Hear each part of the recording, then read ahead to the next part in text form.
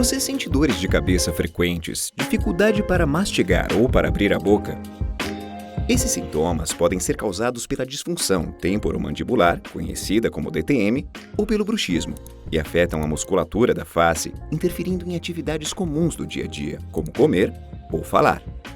Atenta às necessidades das pessoas, a Mercur reuniu usuários e profissionais especialistas e desenvolveu suporte com bolsa térmica gel para tratamento orofacial e DTM, uma solução não invasiva para aliviar esses sintomas.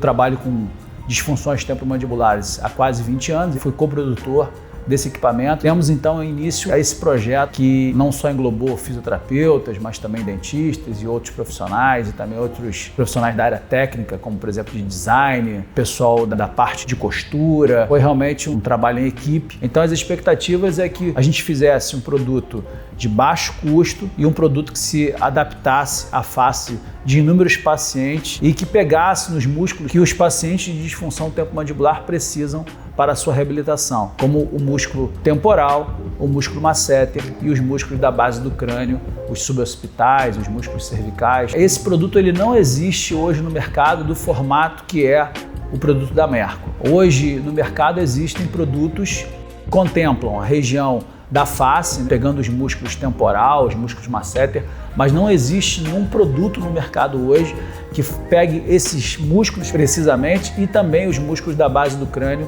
e os músculos cervicais. Indicado para aplicação de calor terapêutico, o produto é composto por bolsas de gel envolvidas em capas removíveis e permite o tratamento simultâneo dos dois lados da face e da região cervical. Ajustável para diferentes circunferências de cabeça, o suporte é hipoalergênico e dermatologicamente testado. Mais uma iniciativa Mercur para proporcionar bem-estar às pessoas através de soluções inovadoras. Mercur, cuidar faz bem.